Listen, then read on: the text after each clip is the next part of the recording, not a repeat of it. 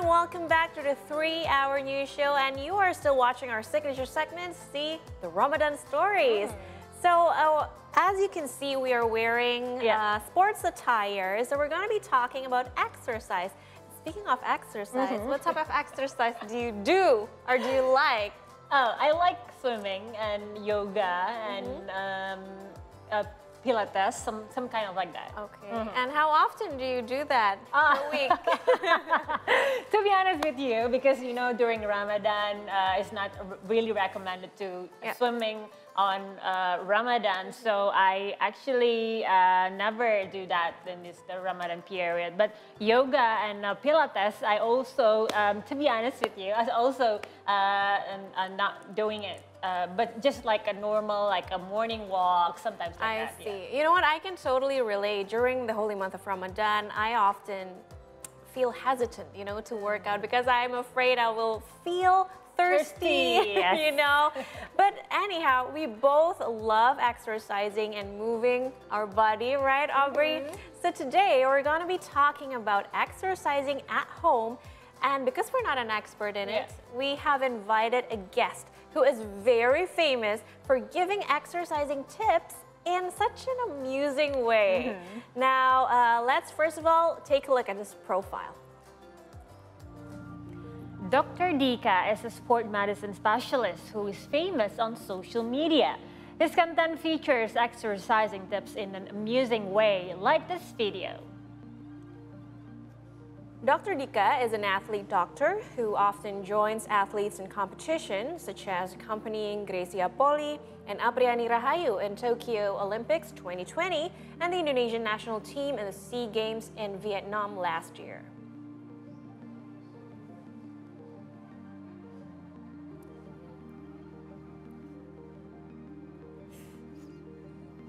Wow, he is a very important person, and today we get to meet him and ask everything about exercising during the month of Ramadan.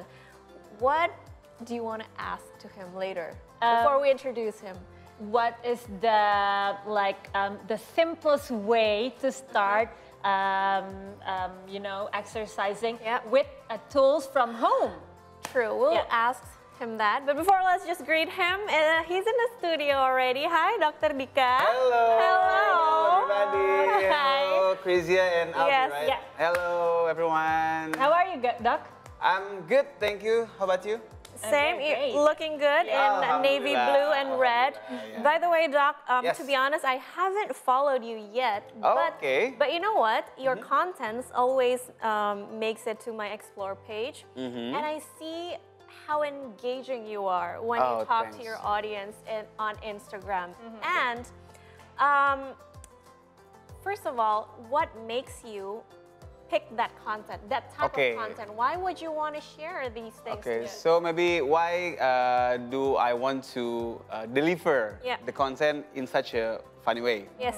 Because I see that our people, Indonesian people, is they like the fun things. I mean, we can see that there are so many videos that broadcasted by WhatsApp or any platform that is show something funny. But when I see that funny videos, I saw that there's no, you know, no content in it. I mean, no good things in it. Right. So I thought that why we can combine fun, like comedy, with the education. So I thought that people can accept the content, can take the message, take the education in the funny way. So I hope that it will work well, and yes, it works well.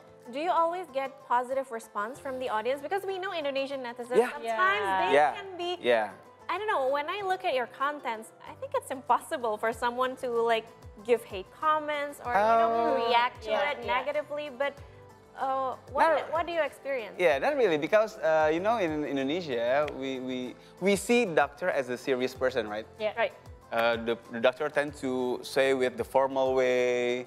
It's they will always serious. Yes. But when a doctor, me, comes in a fun way, with a comedic way, because I do stand up also. And That's why. yeah, they said that this is not the doctor supposed to be. You will, no one will trust you. But then again, I'm succeed to make people trust me, because I also still working on the clinics. I have a practice also, and then as you can see that I also still go to the national team, to the SEA Games, Olympic, and so yeah. I just want to say that you can be true, be serious, but in the comedic way. In a unique way. Unique way, yes, yeah.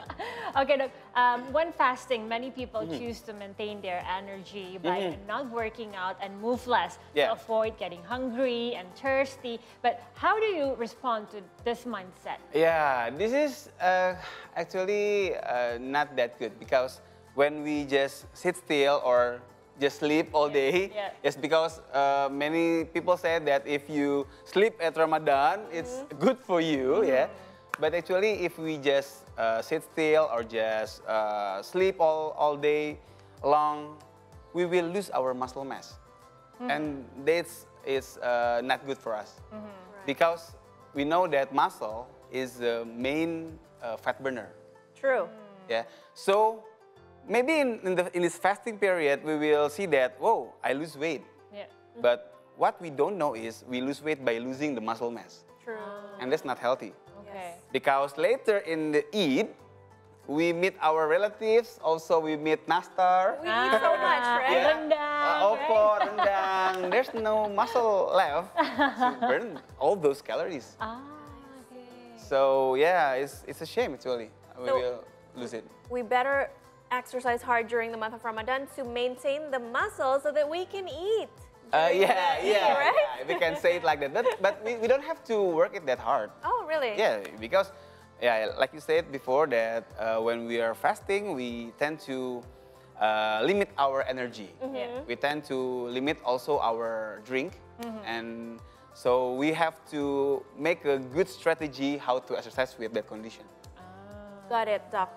But by the way, you've been sharing a lot of contents, but still, many people are still, you know what? They don't want to move. They don't want to exercise.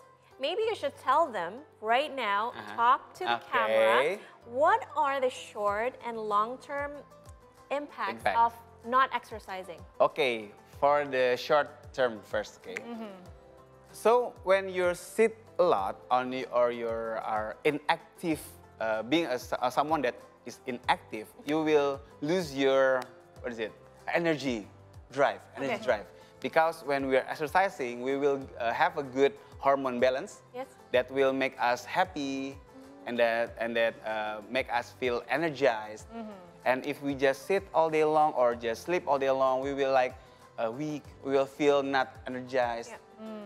And when we make this as a habit, we will get a higher risk to get some diseases like heart disease and then diabetes, and then we will because there's some research that comparing two groups of people, the one that healthy and fit, and then the one that healthy but not that fit. Okay. When they follow 40 years or so, they found that the people that hit health and also fit tend to live longer than the people that only live health, just only healthy. So healthy and fit is different. Yes. Please don't be satisfied just by being healthy. Be fit. Be fit. Nice. By exercising. Nice. Be healthy and fit. Yes. By the way, Doc, talking about this month of Ramadan, some people, including me, I personally feel sleepy after sahur. I prefer to sleep instead of stretching or like do walking or exercising. What do you think about it? Okay, so the hardest part of exercising is to start. Yeah. That's the hardest part. Especially in this fasting period, right? Because we tend to be sleepy. We tend to have more lesser sleep than we used to be. But I just can suggest you to start it slowly. Okay, we start it slowly, and we have to choose the right time to do the exercise, because we can do the exercise right after the sahur.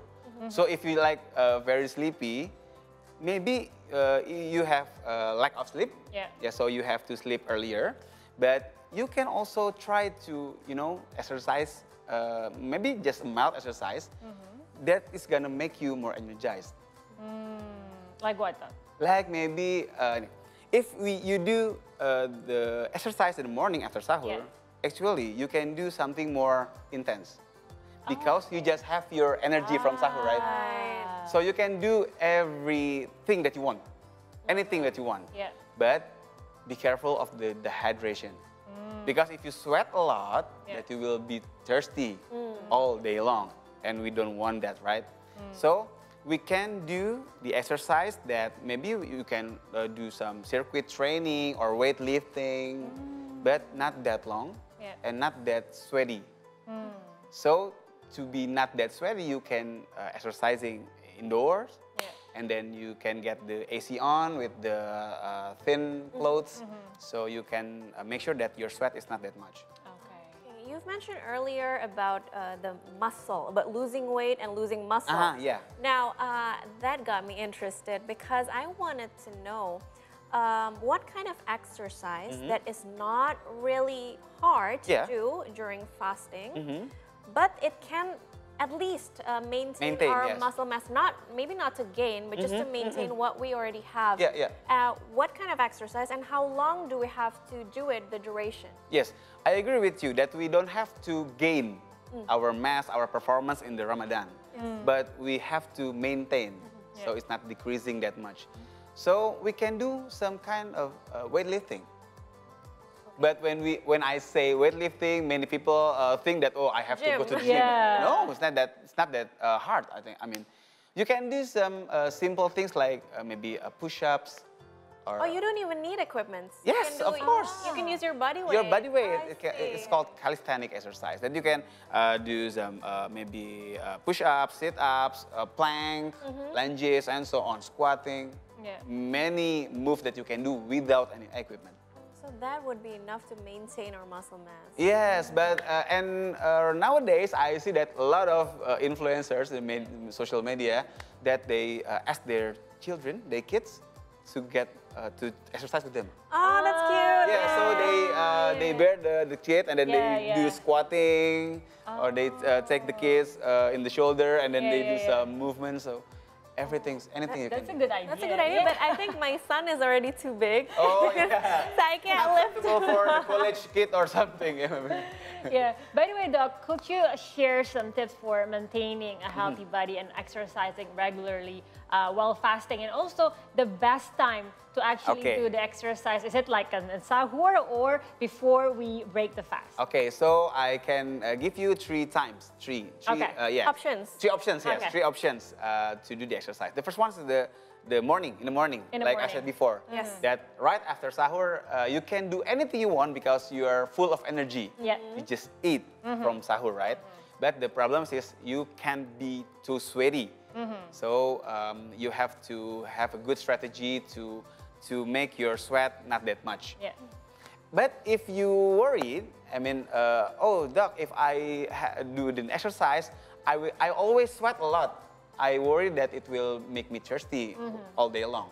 So you can choose right before iftar, right before you break the fast. But the problem is, if we do the exercise in the evening before the iftar, that's the state when we are in the low level of energy. Because we are like 12 or 13 hours of not eating and drinking, so we're gonna be weak. We're less energized because our energy is depleted. Yes. So we can do the exercise that can burn our energy from fat. Because we still have a lot of fat, right? Yes. But the exercise that can burn fat as the energy is the mild one. You can do the exercise with the high intensity. So you can do like walking, or maybe very slow jogging, or riding a bike with a very slow pace, or anything that not make you like breath so fast. Okay. That easy. By the way, I'm really curious to actually do and practicing together with doctor in here. So we'll be back after the break and we will exercise with Dr. Dika, and our fellow host Ahir will be also with us. So keep it right here on a Chair Nation See today. Yay, let's